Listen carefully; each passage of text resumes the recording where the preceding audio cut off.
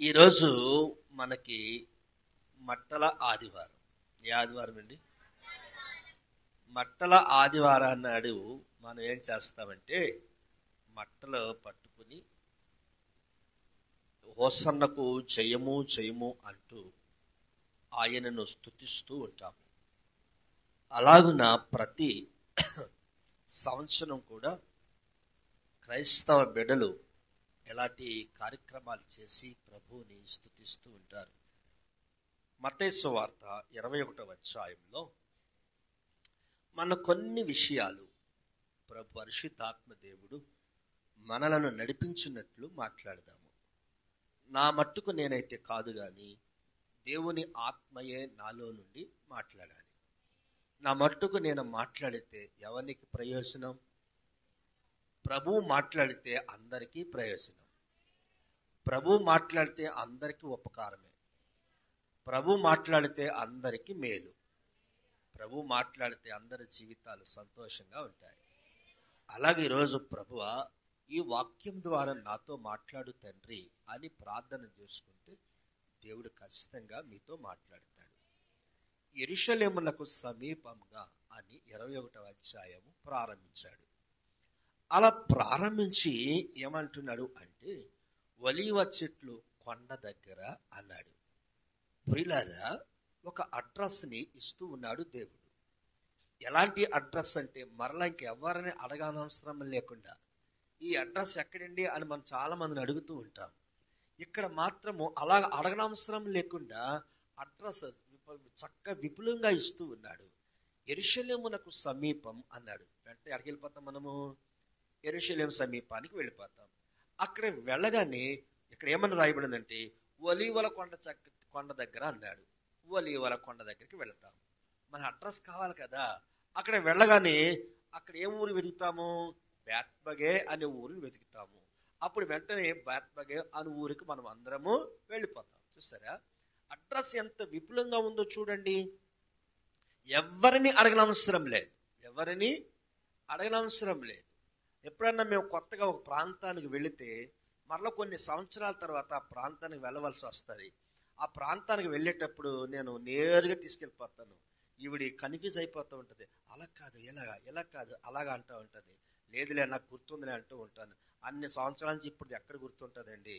మీ జేబులో పెన్ ఎట్టుకుంటే మర్చిపోతారు మీరు అంటారు. నిజమండి. మీ జేబులో ఫోన్ పెట్టుకోవడమే మర్చిపోతారు మీరు. ఎప్పుడో వచ్చాం మరల ఇప్పుడు వెళ్తున్నాం అని అంటూ ఉంటుంది.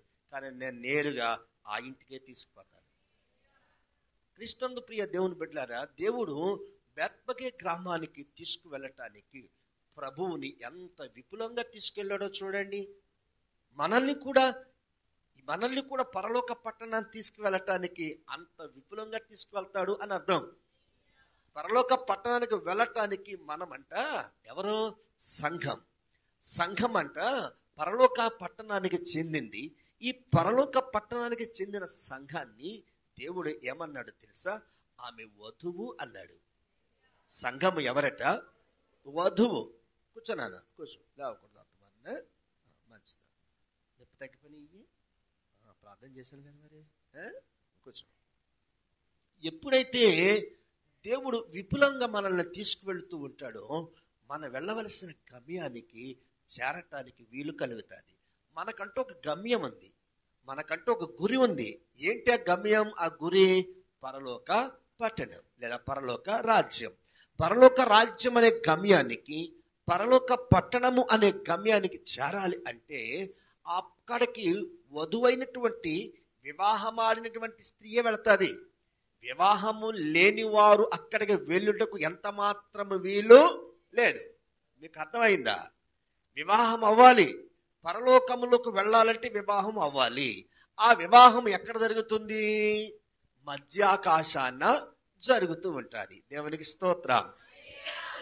ఆ మధ్యాకాశాన జరుగుతున్నటువంటి ఆ వివాహానికి సంఘమట ఇక్కడి నుంచి ఎత్తబడాలి. అంటే అర్థం ఏమిటి? సంఘంలో నుంచి ఎత్తబడాలి. మీరు ఇంట్లో ఉంటే ఇంట్లో నుంచి ఎత్తబడరు. మీరు బజార్లో ఉంటే బజార్లో నుంచి ఎత్తబడరు.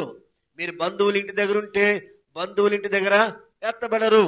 మీరు స్నేహితుల ఇంట్లో ఉంటే స్నేహితుల ఇంటి దగ్గర ఎత్తబడరు. మరి ఎక్కడ ఎత్తబడతారు? సంఘములో ఉన్నవారే. సంఘములో ప్రజెంటేషన్ ఉండాలి నీకు. సంఘములో ఎప్పుడైతే హాజరు ఉంటుందో, సంఘములో నువ్వు ఉంటావో, ఆ సంఘములో ఉన్నవారు ఎత్తబడతారు. ఎందుకని ఎత్తబడతారు? సంఘములో కన్యగా వచ్చినట్టు మిమ్మల్ని, ఈ మందిరాన్ని ప్రభు దేనితో పోల్చాడు అంటే ఒక విడిది గదితో పోల్చాడు. దేంతో పోల్చాడు? విడిది గదితో పోల్చాడు. ఇప్పుడు మనం అందరం ఎక్కడున్నాము? విడిది గదిలో ఉన్నాము. ఎందుకని? మనకు వివాహం జరుగుతుంది. విడిది గదిలో మనం ఏం చేస్తున్నామంటే ఆ వివాహం కొరకు కనిపెడుతున్నాం. ఆ వివాహం కొరకు కనిపెడుతున్నాం. ప్రభువా తండ్రి, తెల్లవారితే నాకు పనికిమాలిడు వస్తాడు నా పక్కకి, వాడికి నాకు పెళ్ళని ఫిక్స్ చేసేసారు, నన్ను ఇక్కడ తీసుకొచ్చేసారు, వాడేమో మసోడు, వాడేమో నల్లోడు, వాడికి ఏమో బాలేడు నాకాడు అని చెప్పి పెళ్లి కూతురు ఏం చేస్తుందంటే లోన భయపడిపోతూ ఉంటుంది. తెల్లారిపోయింది. ఏం చేస్తారు? ఈ లోపల మేకప్ వేసేవాళ్ళు కొంతమంది వచ్చేస్తారు, జల్లు వేసేవాళ్ళు కొంతమంది వచ్చేస్తారు, శారీ కట్టేవాళ్ళు కొంతమంది వచ్చేస్తారు, చెప్పులు వేసేవాళ్ళు కొంతమంది వచ్చేస్తారు, ముసుగు కట్టేవాళ్ళు కొంతమంది వచ్చేస్తారు, కొంతమంది పాస్టర్ గారితో బ్యాండ్ మేళం వచ్చేస్తుంది. ఎక్కడ తీసుకెళ్తాకే? వేదిక ఎత్తకు. ఎవరైతే విడిది గదిలో ఉంటారో వాళ్ళే వేదిక ఎత్తకు వెళ్ళటానికి అర్హులు. విడిది గదిలో లేనివారు వేదిక ఎద్దకు వివాహానికి అర్హులు కాదు. కాబట్టి మనం అందరం ఎక్కడున్నాము? విడిది గదిలో ఉన్నాం. ఒక పరిశుద్ధ వివాహానికి ఒక పరిశుద్ధుడు మనలను వివాహము చేసుకోబోతున్నాడు. కాబట్టి ఆ చేసుకోబోతున్నటువంటి వరుడైనటువంటి పరిశుద్ధుడికి వధువు కూడా పరిశుద్ధంగా ఉండాలని చెప్పి విడిది గదిలో ఆమెను శుద్ధి చేయాలి. విడిది గదిలో పెండ్లి కుమార్తెను శుద్ధి చేయడానికి ఎవరు రావాలి? సంఘ విశ్వాసులు రావాలా. సంఘ విశ్వాసులు వచ్చి ఆమెను ఏం చేయాలి? తెల్లవారితే పెళ్ళనగా. మీరు బాగా వినాలా, పెళ్ళి కావాల్సిన వాళ్ళు బాగా వినాలి అమ్మ. కాబట్టి పెండ్లి కుమార్తెను సిద్ధపరచటానికి సంఘ విశ్వాసులు ఉండాలి. వచ్చి ఆ పెండ్లి కుమార్తె కొరకు ఆ సంఘ విశ్వాసులు ఏం చేస్తారంటే బైబిల్ చదువుతూ ప్రార్థన చేస్తూ వారి దాంపత్యం కొరకై, వారి వివాహము కొరకై, వారి కాపురం కొరకై, వారి సంసారం కొరకై, వారి అత్తవారి కొరకై వచ్చినటువంటి ఏమంటారు వాళ్ళే? పెళ్లి కూతురుతో వచ్చే వాళ్ళు ఏమంటారు? భారతదేశపు లాంగ్వేజే. ఏమంటారు వాళ్ళని? పేరంటాళ్ళు అంటారంట. ఏమంటారు? ఆ పేరంటాళ్ళు ఏం చేయాలి? ప్రార్థన చేస్తూ వాక్యము చదువుతూ ఆ బిడ్డను ధైర్యపరచాలి.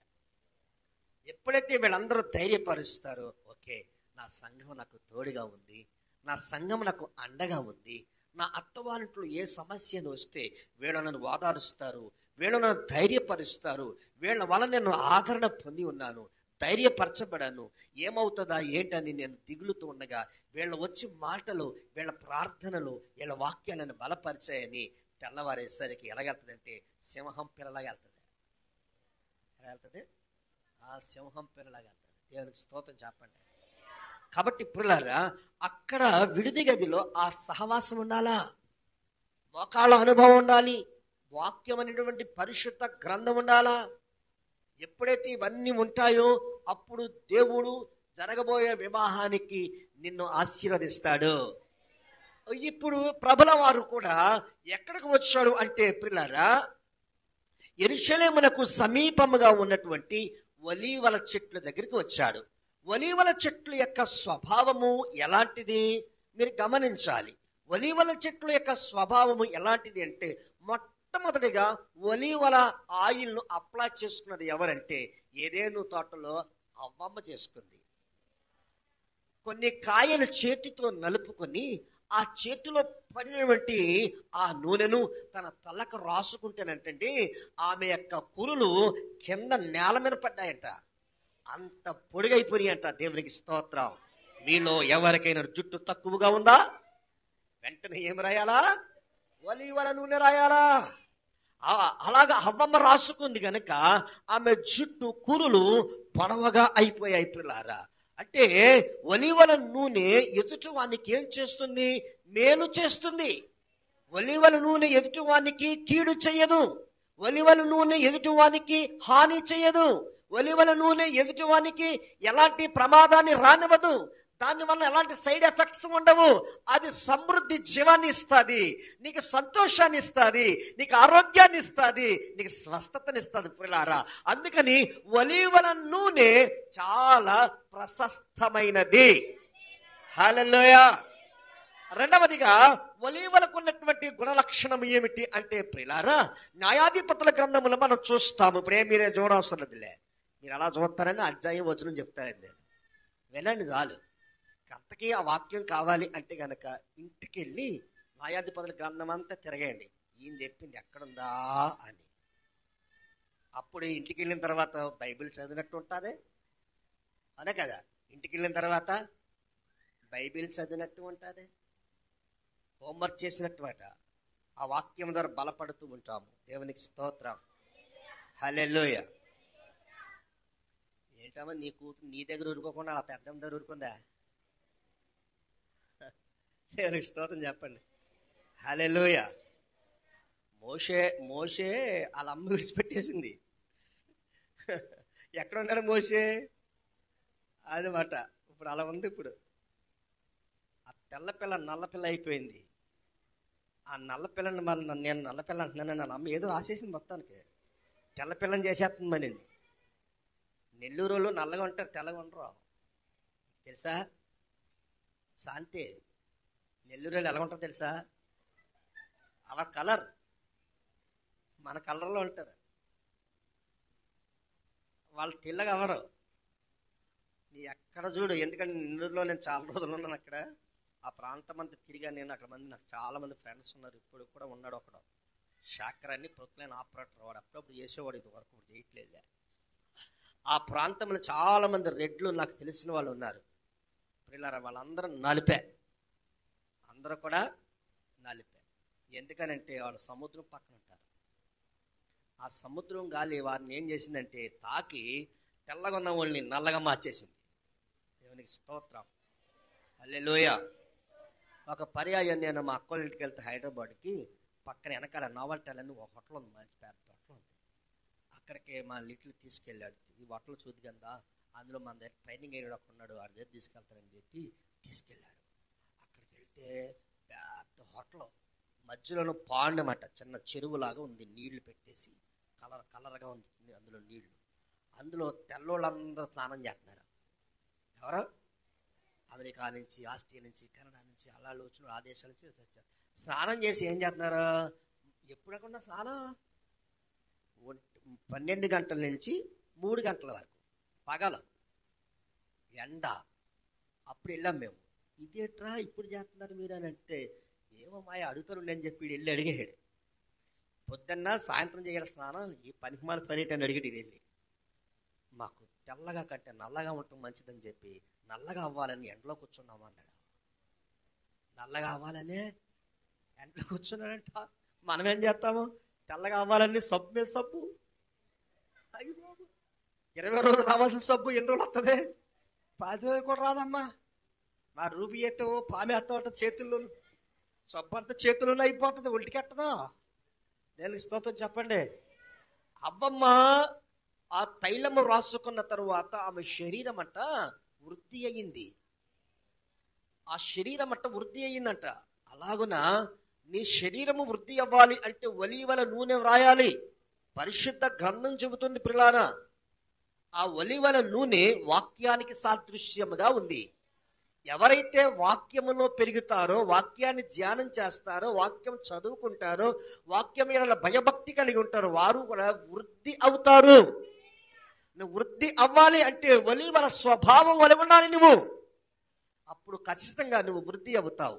రెండవదిగా ఒలీవలకు ఉన్నటువంటి గుణం ఏమిటి అంటే ప్రియులారా, చెట్లన్నీ కలిసి కొన్ని చెట్లని మాకు రాజుగా ఉండు, పరిపాలించడానికి ఎవరు లేరు, రాజు లేడు, మంత్రి లేడు అని చెప్పి కొన్ని చెట్లు అడిగితే ప్రియులారా, ఏ చెట్టు కూడా వాళ్ళ మీదకి అధికారం ఉండటానికి ఇష్టము.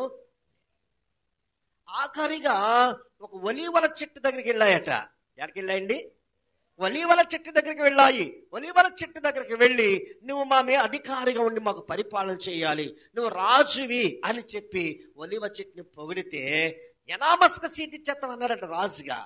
నీకు ఓటింగ్ లేకుండా నీవే రాజువి అని ప్రకటించేస్తాము, నువ్వు మాకు అధికారిగా ఉండమంటే ఒలీవల చెట్టు ఏమన్నా తెలుసా? దేవుని ప్రజలను సంతోషపెట్టి ఇచ్చే నా తైలమును ప్రభువునకును ఆయన పిల్లలకు ఇచ్చుట మాని మీ మీద అధికారిగా ఉండనా నాకు కుదరదు, నేను రాను. దేవుడు నన్ను అందుకు పుట్టించలేదు. దేవుడు నన్ను ఎందుకు పుట్టించాడంటే దేవునిని ఆయన ప్రజలని సంతోష పెట్టడానికే. హల్లెలూయా, హల్లెలూయా. క్రీస్తునందు ప్రియ దేవుని బిడ్డలారా, మనం ఎలా ఉండాలి అంటే ఇతరులను సంతోష పెట్టాలి, ఇతరులను బాధ పెట్టకూడదు, ఇతరులను హింసించకూడదు, ఇతరుల పట్ల మనము ఏ విధమైన అభ్యంతరకరముగా ఉండకూడదు, ఇతరులను మనం ప్రేమించాలి. ప్రభువు నేర్పిన పాఠము కూడా అదే. దేవుని పిల్లారా, మనం ఎవరి మీద పెత్తందారిగా ఉండకూడదు, ఎవరి మీద అధికారిగా ఉండకూడదు. నేను గొప్ప అని నువ్వు అనుకోవద్దు. అలా అనుకున్నావంటే పతనమైపోతున్నావు. క్రీస్తుని పిల్లారా, ఒలీవల చెట్టు అలా అనుకోలేదు. దేవునిని ఆయన ప్రజలను సంతోషపెట్టే చెట్టుని నేను ఆ పని మాని వేరొక పనికి నేను రాలేను అంది.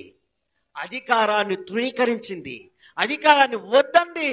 ఈ లోక అధికారం 5 సంవత్సరాలే, నేను జీవితకాలం అంతయు నా దేవునికి ఆయన ప్రజలకును సంతోషాన్ని ఇచ్చే తైలాన్ని ఇస్తాను. చూసారా, మనము కూడా సంతోషాన్ని ఇచ్చే వారిగా ఉండాలా. దుఃఖిస్తున్న వారి వద్దకు వెళ్ళి సంతోషకరమైన మాటలు చెప్పాలా, ఏడుపుతూ ఉన్న వారి మధ్యకు వెళ్ళి ఓదార్పుకరమైన మాటలు చెప్పాలా. దేవుని పిల్లలు దుఃఖంలో ఉన్న వారిని ధైర్యపరిచే మాటలు చెప్పాలి. అలా ఓదార్పును ధైర్యం ఇవ్వగలిగింది ఏమిటి అంటే సువార్త. సువార్త తప్ప ఏది నిన్ను ధైర్యపరచదు, సువార్త తప్ప ఏది నిన్ను ఓదార్చదు, సువార్త తప్ప ఏది నిన్ను బాగు చేయదు. నువ్వు బాగవ్వాలన్నా, నువ్వు వృద్ధి అవ్వాలన్నా సువార్త. ఈ సువార్తను ప్రకటిస్తే నీవు కూడా ఒలీవల చెట్టువే. దేవునికి స్తోత్రం. మూడవదిగా ఒలీవకు ఉన్నటువంటి 3వ లక్షణం ఏమిటి అంటే పిల్లరా, జలప్రళయంలో అన్ని చెట్లు చచ్చిపోయాయి కానీ ఒలీవ చెట్టు మాత్రము చావలేదు. జలప్రళయంలో పురుగులన్నీ చచ్చాయి, జలప్రళయంలో ప్రాణి చచ్చిపోయింది, చెట్టు మొక్క విత్తనము అన్ని చచ్చిపోయాయి పిల్లరా, ఏది మిగలలేదు. పావురాన్ని ఆఖరిగా విడిచిపెడితే పావురము నేల మీద వాలాలుటకు స్థలము లేనందున, నేల లేనందున అది వెళుతూ ఏముందా అని వెతుకుతూ ఉంటే ఏమీ కనబడకపోతే ఒలీవల చెట్టు ఒకటే బ్రతుకుందంట. అది తీసుకుని వాడలోకి వెళ్ళింది. క్రీస్తుని ప్రియ దేవుని బిడ్డలారా, క్రైస్తవునికి ఏమి లేదు అంటే మరణం లేదు. అది చెబుతున్నాను, క్రైస్తవుడికి మరణం లేదు. నువ్వు ఒలీవల స్వభావం వలె ఉండాలి, ఒలీవల వంటి స్థితిని కలిగి ఉండాలి. ఎప్పుడైతే ఒలీవల స్వభావమును, ఒలీవల స్థితిని నువ్వు కలిగి ఉంటావో అప్పుడు దేవుడు నీకు మీదుగా మరణము రానివ్వడు. పిల్లలు 118వ సంకీర్తనలు సెలవిస్తున్నాడు, నిన్ను శిక్షించితేనే గాని మరణమునకు అప్పగించను. ఆమేన్. ఏమంటున్నాడు? నిన్ను శిక్షిస్తేనే గాని మరణమునకు అప్పగించను. ఎంత మంచి మాట అండి. దేవుడు మనల్ని కొన్ని పర్యాయాలు శిక్షిస్తూ ఉంటాడు. అప్పుడు లోబడాలి. మనము లోబడితే దాని వలన వచ్చు ఆశీర్వాదం చాలా గొప్పగా ఉంటుంది. దాని వలన వచ్చే దీవెన చాలా గొప్పగా ఉంటుంది. ఏ తరములోనైనా నువ్వు చూడలేవట అంత మేలు దేవుడికి చేస్తాడు. ఆయన శిక్షకు నువ్వు లోబడితే.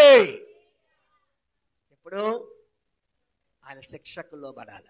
మీ పిల్లలకు చెప్పండి, ఆయన శిక్షకు లోబడాల. ఎప్పుడైతే శిక్షకు లోబడతావో దేవుడు నీ కార్యాలు చేస్తాడు. ఒలీవ చెట్టుకున్నటువంటి 3 లక్షణాలు మీరు విన్నారు. దేవునికి స్తోత్రం. వారిని ఏ ఊరు వెళ్ళాడు యేసు ప్రభు శిష్యులతో పాటు? బేత్పగే అనేటువంటి గ్రామానికి వెళ్ళాడు. బేత్పగే అనే మాటకు అర్థం ఏమిటో తెలుసా? అంజూరపు గృహము. బేత్పగే అనే మాటకు అర్థం ఏంటండి? అంజూరపు గృహము. దేవుని పిల్లరా, మొట్టమొదటిగా అంజూరాన్ని వాడింది కూడా ఎవరంటే ఆదాము హవ్వలే. దేవుడు తినవద్దన్న పండు తిని దేవుని ఆజ్ఞని మీరి నీవు పురుషుడవు నీవు స్త్రీ అని వారికి తెలిసిన వెంటనే వారు కప్పుకున్నారు. ఏం కప్పుకున్నారు? అంజూరపు ఆడలను కప్పుకున్నారు. ఏం కప్పుకున్నారండి వాళ్ళు? సిగ్గు ఎరిగి ఉన్న కారణంగా అంజూరపు ఆడలను కప్పుకున్నారు. వాళ్ళు ప్రభు వచ్చి పిలుస్తున్నాడు, ఆదామా ఎక్కడ ఉన్నావు నీవు, నీ భార్య ఏది అని ప్రభు అడుగుతుంటే ఆదాం అంటున్నాడు, మేము చెట్ల చాటున పొదల చాటున ఉన్నాము అన్నాడు. చాటున ఉన్నావా? ఈ లాంగ్వేజ్ ఎక్కడది నాయనా? నీకు ఎవరు ట్యూషన్ చెప్పారు అని అడుగుతున్నాడు. మాకు ట్యూషన్ చెప్పింది సర్పం. ఏం చెప్తున్నాడు ఆదాము? మాకు ప్రైవేట్ చెప్పింది సర్పం, మాకు బోధించింది సర్పం. ఎలాగ ఉంటే మీరు బాగుంటారు, ఎలాగ ఉంటే అందంగా ఉంటారు, ఎలాగ ఉంటే సౌందర్యంగా ఉంటారు, ఎలాగుంటే ఎత్తుగా పెరుగుతారు, ఎలాగుంటే ఆరోగ్యంగా ఉంటారు అని మాకు నువ్వు చెప్పకపోయినా మాకు ట్యూషన్ చెప్పింది ఉచితంగా సర్పం. సర్పాన్ని దేవుడు అన్నాడు, సర్పమా నా బిడ్డలను మోసము చేసినందుకు నువ్వు కడుపుతో పాగి మట్టి తిని ఎవరినైతే మోసము చేశావో వాని మడిమి మీద కరుస్తావు అని దేవుడు శపించాడు. దేవుని పిల్లల్ని పాడు చేయకూడదండి. దేవుడి పిల్లల్ని పాడు చేస్తే దేవుడు శపిస్తాడు. ఎందుకు పాడు చేయకూడదు? మీకు చాలా మార్లు చెప్పారు. దేవుని పిల్లలు దేవుని ఆలయం. ఆలయాన్ని మనం ఎవరిని పాడు చేయకూడదండి. ఒకవేళ పాడైతుంటే మరలా కట్టాలా, సువార్త ప్రకటించి కట్టాలా, వాక్యం బోధించి కట్టాలా, ప్రార్థన చేసి కట్టాలా. ఎప్పుడైతే ఈ స్వభావం నీలో ఉంటుందో నీవు కూడా ఒక అంజూరపు అడవంటివే. క్రీస్తు ప్రియ దేవుని బిడ్డలారా, దేవునితో చెప్తున్నారు వాళ్ళు, మేము ఆ పండు తిన్న కారణముగా మేము అంజూరపు ఆడలను కప్పుకున్నాము అంటున్నాడు. వెంటనే దేవుడు వారిని బయటికి పిలిచి అంజూరపు ఆకులతో వారికి కచ్చడములు కుట్టించి ఒక గొర్రెను వధించి దాని చర్మాన్ని వారికి బట్టలేశాడట. ఆయన ఎంత ప్రేమ గలవాడు చూడండి. మీరు ఏడవంటారా? నా మాట విన్నందుకు ఎందుకు చేశారని చెప్పి విడిచిపెట్టి వెళ్ళలేదు. ఏం చేస్తున్నాడండి ఆయన? వారిని క్షమించి దగ్గర తీసుకొని ఒక గొర్రెను వధించి దాని చర్మంతో వారికి ఏం చేశాడు? దుస్తులు కుట్టించాడు. ఎంత గొప్పవాడండి దేవుడు. మనం ఎన్ని తప్పిదాలు చేసినా క్షమిస్తూనే ఉన్నాడు ఆయన. ఎన్ని పొరపాట్లు చేసినా క్షమిస్తూనే ఉన్నాడు ఆయన. నిన్ను నన్ను నేటికి క్షమిస్తూనే ఉన్నాడు. ఎందుకు క్షమిస్తున్నాడు దేవుని పిల్లలారా అంటే ఆయన ప్రేమ గలవాడు గనక. ఆయన ఎవరండి? ప్రేమ గలవాడు. అంజూరము వాళ్ళు మొట్టమొదటిగా వాడారు దేవుని పిల్లారా. రెండవదిగా అంజూరమును ఎందుకు వాడారు అంటే పిల్లలు మీ అందరికీ తెలుసు. ప్రవక్త వచ్చి హిజ్కియాతో సెలవిస్తూ ఉన్నాడు రాజుల 2వ గ్రంథంలో. ఏమనో తెలుసా? నువ్వు మరణమవుతున్నావు, నీ ఇల్లును పెట్టుకోలేదు. చాలా మంది మనం అలాంటి తప్పిదాలు చేస్తూ ఉంటాం. మన ఇంటిని చక్క పెట్టుకోగాని ఎదురింటి వారికి బోధిస్తూ ఉంటాం. మన ఇంటిని చక్క పెట్టుకోగాని ఎదురింటి వారికి హిత బోధ చేస్తూ ఉంటాం. మన ఇంటిని చక్క పెట్టుకోగాని ఎదురింటి వారికి మంచి బోధన చేస్తూ ఉంటాం. పిల్లలారా, చాలా మంది తప్పిదాలు చేస్తూ ఉన్నారు. అంటున్నాడు, అంజూరపు పండ్ల ముద్ద నీ పుండి మీద పెట్టుకుంటే నీకు స్వస్థత కలుగుతుంది. చూసారా? అంజూరము మొత్తం అది ఏం చేసింది? శరీరానికి కప్పింది. అంజూరము రెండవదిగా ఏం చేసింది? స్వస్థతనిచ్చింది. నీ ఇల్లు నా ఇల్లు యేసు యొక్క రక్షణతో కప్పబడాలి. యేసు స్వస్థపరిచిన బిడ్డలము సన్నిధిలో ఉండాలా. మన ఇల్లు ఒక అంజూరము. మన ఇల్లు ఏమి ఇల్లమ్మా? అంజూరము. అంజూరం తింటే శక్తి వస్తుంది. అంజూరం తింటే ఏమొస్తుందమ్మా? బలం వస్తుంది. అంజూరం తింటే ఏమవుతుందమ్మా? సామర్థ్యం పెరుగుతుంది. అంజూరం తింటే ఇమ్యూనిటీ పెరుగుతుంది. పిల్లారా, అంజూరము మనకు మేలే చేస్తుంది కానీ కీడు చేయదు. క్రైస్తవుడు కూడా మొట్టమొదటిగా దేని గురించి చెప్పాను? ఒలీవ చెట్టు వలె ఉండాలి. రెండవదిగా అంజూరము వలె ఉండాలి. ఇప్పుడు అసలు అడ్రస్కి వచ్చేద్దాం. యేసు ప్రభుల వారు ఎక్కడికి వచ్చేసాడంటే బేత్పగేలోకి వచ్చేసాడు. ఆ బేత్పగేలోకి రాగానే యేసు ప్రభుల వారికి చాలా మంది అక్కడ పరిచయస్తులు ఉన్నారు. ఆయనకి తెలిసిన వారు చాలా మంది ఉన్నారు. ఆయనంటే ఇష్టపడిన వారు చాలా మంది ఉన్నారు. వాళ్ళందరినీ ప్రభు విడిచిపెట్టాడు. ఎవరిని అడుగుతున్నాడు అంటే శిష్యుల్ని పిలిచి అంటున్నాడు కదా, ఊరు వెలుపల 2 గాడిదలు కట్టబడ్డాయి. ఏమంటున్నాడు? ఊరు వెలుపల 2 గాడిదలు కట్టబడ్డాయి. దేవుని పిల్ల మరలా మీ కొరకు చెప్తున్నాను, ఊరు వెలుపల 2 గాడిదలు కట్టబడ్డాయి. ఎవరి కోసం కట్టబడ్డాయి? ఆ గాడిదలు ఏ తప్పిదాలు చేశాయి?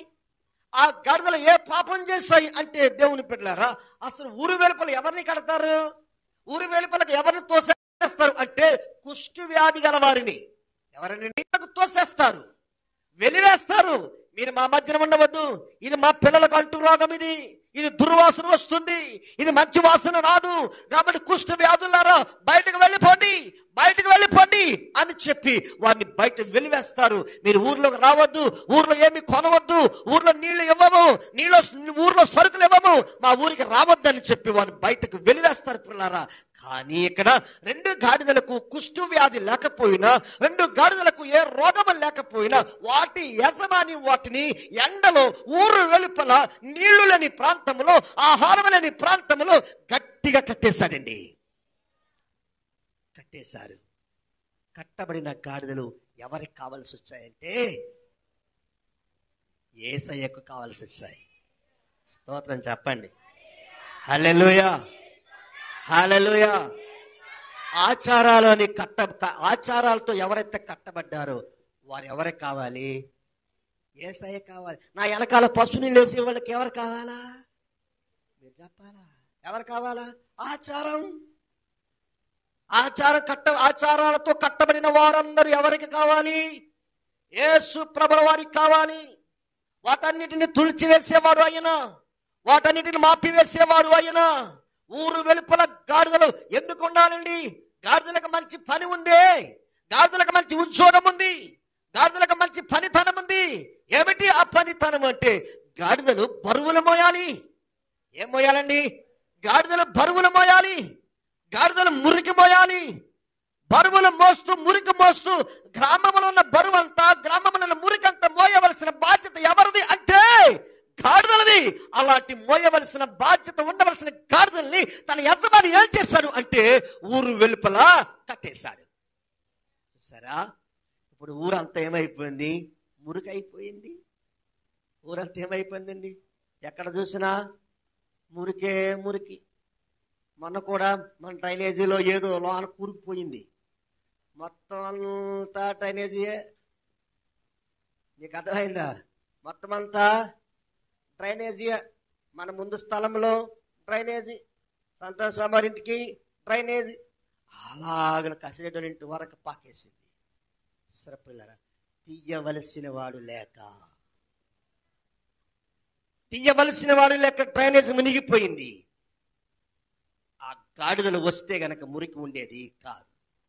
ఊరిలో మురికి ఎక్కువైపోయింది, ఊరిలో పాపం ఎక్కువైపోయింది, ఊరిలో భయం లేదు, పెద్దలన్న గౌరవం లేదు, పెద్దలన్నటువంటి గౌరవం లేదు, పెద్దల మాట వినడం లేదు. పెద్దలు నా కొరకే చెబుతున్నారు, నన్ను బాబు కొరకే చెబుతున్నారు, నా క్షేమం కొరకే చెబుతున్నారు, నా ఆరోగ్యం కొరకే చెబుతున్నారు అనేటువంటి దృక్పథము యావనిలో కనిపించడం లేదు. ఊరు వెలుపల అవి ఎందుకు కట్టబడ్డాయి అంటే దేవుని పిల్లలారా, అవి పాపం చేసిన కారణంగా. ఎందుకు కట్టబడ్డాయండి? పాపం చేసిన కారణంగా.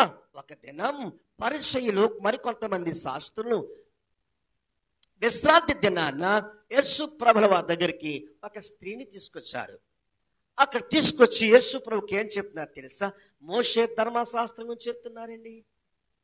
ఏం చెప్తున్నారండి వాళ్ళు? మోషే ధర్మశాస్త్రం గురించి చెప్తున్నారు. ఎవరికి చెప్తున్నారు? నేనే మొదటి వాడిని, నేనే కడపటి వాడిని అని చెప్పాడే ఆయనకి చెప్తున్నాడు. దేవుని పిల్లారా, నేను అబ్రహాము కంటే ముందున్న వాడిని అని చెప్పాడే ఆయనకి చెప్తున్నారు వాళ్ళు ధర్మశాస్త్రం గురించి. అయ్యో, వాళ్ళు గోడ కొట్టిన సున్నము వంటి వారే, వీళ్ళు ఎలా మాట్లాడుతున్నారు ఏంటబ్బా అని ప్రభు ఆలోచిస్తుండగా వాళ్ళు అంటున్నారు, అయ్యా మోషే వ్రాసిన ధర్మశాస్త్రం ప్రకారముగా ఎవరైనాను వ్యభిచారం చేస్తుండగా వాడిని రాళ్లతో కొట్టి చంపేయాలా? ఏం చేయాలా? రాళ్లతో కొట్టి చంపేయాలా? ఈ అమ్మాయిని తీసుకొచ్చాము, ఈ అమ్మ అదే పని చేస్తుండగా ఇప్పుడు రాళ్లతో కొట్టి చంపేద్దామని తీసుకొచ్చాం. నువ్వేమంటావు? అబ్బా, యేసయ్యని ఏమంటున్నారండి వాళ్ళు? నువ్వేమంటావు? రాళ్లతో కొట్టి చంపేయమంటావా అని అడిగారు. ఎలాగా వారికి ఒక ఆచారం ఉంది. ఎలాగో తెలుసా? ఊరి సెంటర్ నుంచి ఊరు వెలుపలకు వెళ్లే వరకు ఆమె రాళ్లతో కొట్టేయాలి. ఊరు వెలుపలకు వెళ్లే సమయంలోపే ఆమె రాళ్ల దెబ్బలకు చనిపోవాలా. అలా కొట్టాలి వాళ్ళు. ఎప్పుడైతే అలా కొడతారో ధర్మశాస్త్రం ఇలా చెప్పింది కనుక మేము చేస్తామన్నారు. ప్రభువు ఎందుకని పరీక్ష ఎదురైందో తెలుసా? ఆ రోజు విశ్రాంతి దినం. దేవుని పని తప్ప ఏ పని చేయకూడదు. దేవుని పని తప్ప ఏ పని చెప్తాలేదు నేను.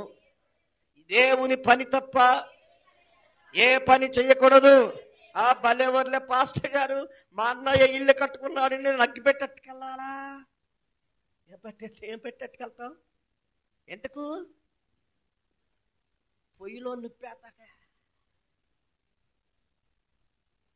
అయ్యో ఏమన్నా అన్నండి అయ్యగారు, ఏ బాప్తిస్మైనా పర్వాలేదు, ఏ బల్ల అయినా పర్వాలేదు, అవసరమైతే నువ్వు రావంటే ఇంకో సంఘానికి వెళ్తానే గాని మా అన్నయ్య వాళ్ళ ఇంటికి వెళ్తా మాత్రమా? అప్పు వరకు మాట్లాడని అన్నయ్య, అప్పు వరకు మంచినీళ్ళు ఏమని అన్నయ్య, అప్పు వరకు పట్టించుకోని అన్నయ్య, బుల్లే ఇల్లు కట్టేసారి వచ్చి అనగానే పాపం ఇవి సంకలేక వేసుకుని పరిగెట్టుకుంటూ వెళ్ళిపోతాది. స్తోత్రం. రక్త సంబంధం అంటే అదే. ఏం బంధం అండి అది? రక్త సంబంధం. రక్త సంబంధం సమస్త దోషములన్నిటినీ కప్పేస్తుంది. రక్త సంబంధములో ఉండేది ప్రేమ. ఏంటది? ప్రేమ. ఆ ప్రేమ మన మధ్యన లేకపోతే మనము ఈ లోకంలో బ్రతకలేమండి. ప్రభువుని నమ్మినా నమ్మకపోయినా ప్రేమ అనేది మనుషుల్లో ఉంది. కాబట్టి పిల్లరా, ప్రభువుని ఇరకాటంలో పెట్టడానికి, ఆయన మీద ఏదైనా తప్పిదము నేరము మోపటానికి ప్రభువుని ప్రశ్నించారు. ప్రశ్నించినప్పుడు వారి హృదయాలు ఎరిగిన దేవుడు అన్నాడు, నిజమే, మోషే ధర్మశాస్త్ర ప్రకారముగా ఆమె రాళ్లతో కొట్టి చంపాలా. మీకు ధర్మశాస్త్రం బాగా పఠించారు, ధర్మశాస్త్రాన్ని బాగా చదివారు, ధర్మశాస్త్రాన్ని బాగా అన్వయించుకున్నారు, ధర్మశాస్త్రములను పాండిత్యాన్ని జ్ఞానాన్ని సంపాదించారు. అందుకు హ్యాండ్స్ అప్ మీ అందరికీ. అయితే నా విన్నపము ఏమిటి అంటే, మీలో ఎవరైనా పాపము లేనివాడు మొట్టమొదటిగా ఆమె మీద రాయి వేయండి. ఆమేన్. అప్పటికే వీళ్ళందరూ రాళ్ళు పట్టేసుకున్నారు. ఎంత పెద్ద రాళ్ళు, ఎలాంటి సూదిలా ఉండేటువంటి రాళ్ళు పట్టేసుకున్నారు. ఒక్క దెబ్బ కొడితే మెదడు చితికిపోవాలన్నమాట. అలాంటి రాళ్ళు పట్టుకున్నారు వాళ్ళు. ప్రభు ఏమంటున్నాడు, నిజమే, మీరు చెప్పింది వాస్తవమే, అయితే మీలో పాపము లేనివాడు మొట్టమొదటిగా ఆమెను కొట్టనన్నాడు. అంతే అని తల వంచుకుని రాస్తున్నాడు. మొట్టమొదటి రాయట్టుకుని కొట్టడానికి ఎవరు వెళ్ళారు? రమేష్ పాస్టర్ గారు వెళ్ళాడు. ఎవరు వెళ్ళారండి?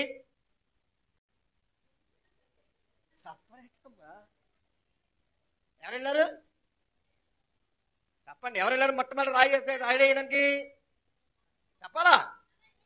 అదే ఎవరు వెళ్ళారమ్మా? పెద్ద రాయి అట్టుకుని వేద్దామని చూశాను. ఎందుకని మంచిది, అసలు ఈయన ఏం చేస్తానని చెప్పి ఒక సూచేసరికి పైన పెద్ద ఎడ్డింగ్ ఇట్టాడు, రమేష్ పాస్టర్, నా పాపాలు 1 2 3 4 వెళ్ళిపోతానే ఉన్నా అంకెలు, అవన్నీ నా పాపాలే. అయ్యో, నా పాపాలు నిజమేవి, నేను చేసినవే, ఈయనకి ఎలా తెలిసింది అని చెప్పి ఆ రాయిని అక్కడే పడేసి మళ్ళీ వెనక్కి వెళ్ళిపోయానే. కానీ ఆమెను నేను కొట్టలేదు. పాపం లేని వాడు వచ్చి కొట్టనంటున్నాడు ప్రభు అని చెప్పి కింద రాసుకుంటూ ఉన్నాడు. ఆ రాత్రి ఏమిటో తెలుసా? రాయి పట్టుకున్న వాళ్ళందరూ చరిత్ర, నీ చరిత్ర కూడా ఈ గ్రంథమందు వ్రాయబడ్డది. నీ చరిత్ర గ్రంథమందు వ్రాయబడ్డది. నీ యొక్క పేరు గ్రంథమందు వ్రాయబడ్డది. నీ పాపం ఏమిటో తెలియజేసేది గ్రంథం. నీ యొక్క చీకటి బ్రతికేటో తెలియజేసేది గ్రంథం. నీకున్నటువంటి రోగం ఏమిటో తెలియజేసేది గ్రంథం. నిన్ను బట్టబయలు చేస్తుంది గ్రంథం. దేవుని పిల్లారా, యేసు ప్రభువు వారు చెప్తున్నారు, మీలో ఎవరికైతే పాపం లేదో వాడు వచ్చి కొట్టండి అన్నాడంతే. ఒక్కడు రాయలేదు. పెద్ద కుప్ప అయిపోయింది, అక్కడ అందరూ వెళ్ళిపోయారు. యేసు తల ఎత్తన్నాడు, అమ్మా వాళ్ళు ఎవరు నిన్ను కొట్టలేదా అని అడిగాడు. లేదు ప్రభువా, నన్ను ఎవరు కొట్టలేదు. ప్రభు ఏం చెప్తున్నా తెలుసా? నేను కూడా నిన్ను కొట్టను అంటే ఆవిడ అనుకుందన్నమాట. వాళ్ళందరూ కొట్టలేదు, వాళ్ళందరూ దెబ్బ ఈయన కొట్టేస్తాడు కాబోలు అనుకుంది. కాబోలు ఈ రాళ్ళని ఈయనేసేస్తాడు కాబోలు అనుకుంది. ప్రభు అంటున్నాడు, నేను కూడా చెప్పాలా. నీ చీకటి జీవితం ఏమిటో నాకు తెలుసు, నీ మర్మమైన జీవితం ఏమిటో నాకు తెలుసు, 4 గోడల మధ్య నువ్వు చేసే పాపం ఏమిటో నాకు తెలుసు, నీ భర్తకు తెలియకుండా, నీ భార్యకు తెలియకుండా నువ్వు చేసే పాపం ఏమిటో నాకు తెలుసు. కనుక నేను కూడా నిన్ను కొట్టను, నిన్ను క్షమిస్తున్నాను. ఇక ఎప్పుడు పాపము ఏం చెప్పాడు యేసయ్య? ఇక్కడి నుంచి ఎప్పుడు, మీ పక్కలతో చెప్పండి, ఇక్కడి నుంచి నువ్వు ఎప్పుడు పాపం చేయకు. చెప్పాలమ్మా. చెప్పు. ఎక్కడి నుంచి? నీకు ఎప్పుడు పాపము చేయకు.